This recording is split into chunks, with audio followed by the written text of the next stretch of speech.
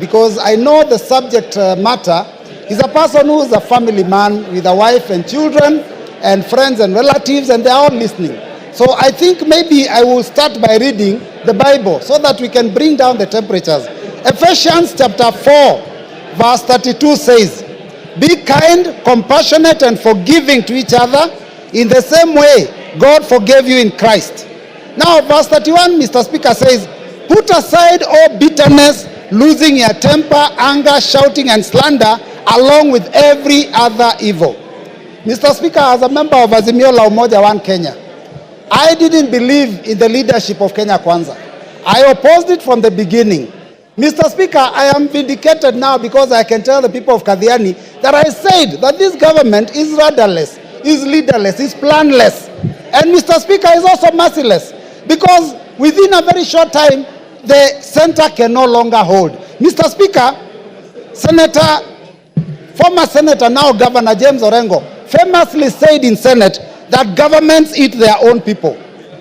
Former leader of majority of the National Assembly, Duale, was eaten by his government. Today is a CS.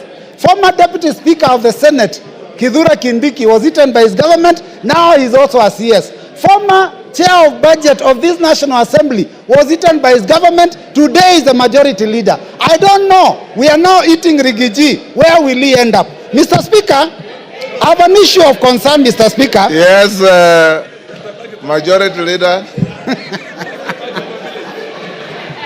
Honorable Speaker, is Deputy Leader of Minority to assert that I was eaten by my own government, Honorable Speaker, whereas he knows I was never eaten by any government.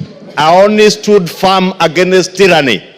I stood firm against the bullying that I experienced under that regime. The same bullying I have stood firm against a deputy president today who has been bullying members of parliament. And I have only put my chest forward to defend the rights of all these members, including the Honorable Robert Mbui, who was Honorable Speaker, when the Deputy President visited Kathiani. He said to the Honorable Mbui that these Kambas are too few. They can never make a president.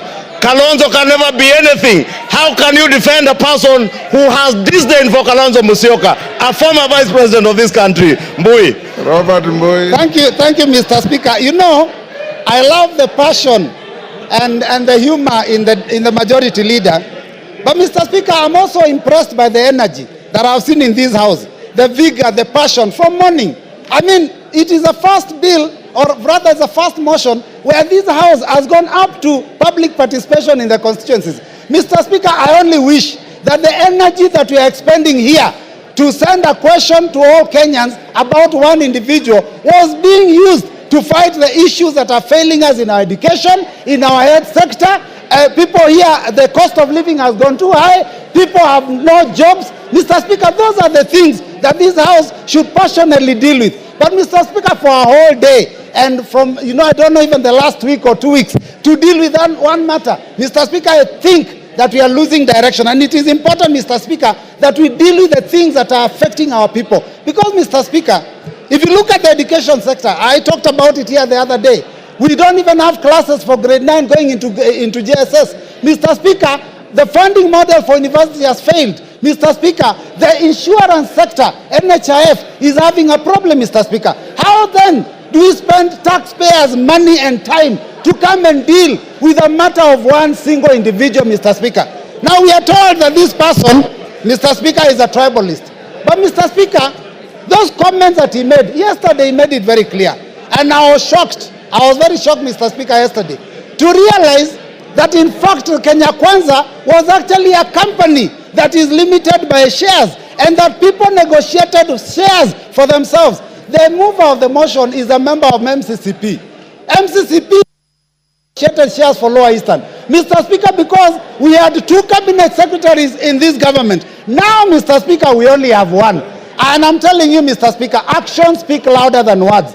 The Deputy President may have said that he is a shareholder and there are issues about his community, but if you look at the appointments that are being made in Kenya, then you will realize that the person of the President himself is the one who is the biggest trouble, Mr. Speaker, because he's appointing people from his own community for every position. Mr. Speaker, if we have to find a situation where a school has failed, you do not fire the deputy principal. You get rid of the principal. Our problem is not the deputy, it is the head. Yes, Farah. Thank you, Mr.